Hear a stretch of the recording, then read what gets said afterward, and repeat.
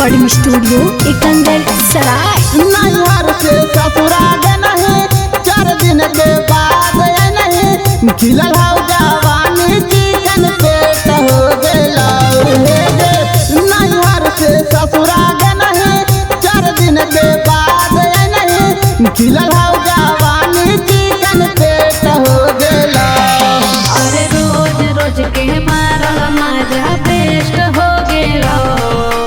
पैसे के डालल कौपिया सेट हो गेला। हे रे पैसे के डालल कौपिया सेट हो गेला।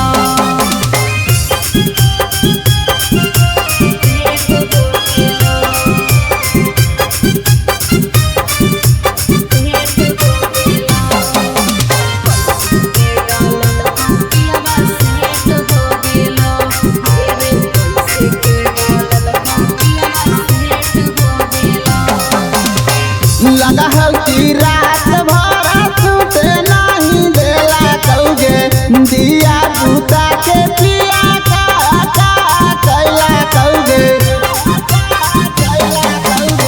पहिले ही रतिया पिया कोरा में उठैला कौरे दिया बूता के पिया रात भर कैला कौरे। उठाही में छौड़ा हमारा लेट हो गेला। पैसे के डालल कौपिया सेट हो गेला। हे रे पैसे के डालल कौपिया सेट हो गेला।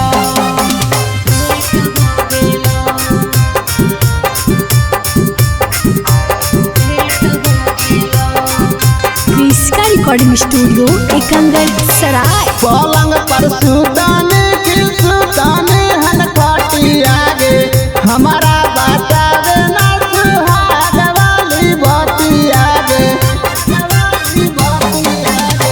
कमर में दर्द हमरा देला कयू नतिया रे। पैसे के कहियो सुहाग वाला रतिया रे। पियावा जितावा से भेंट हो गेला। पैसे के डालल कौपियावा सेट हो गेला।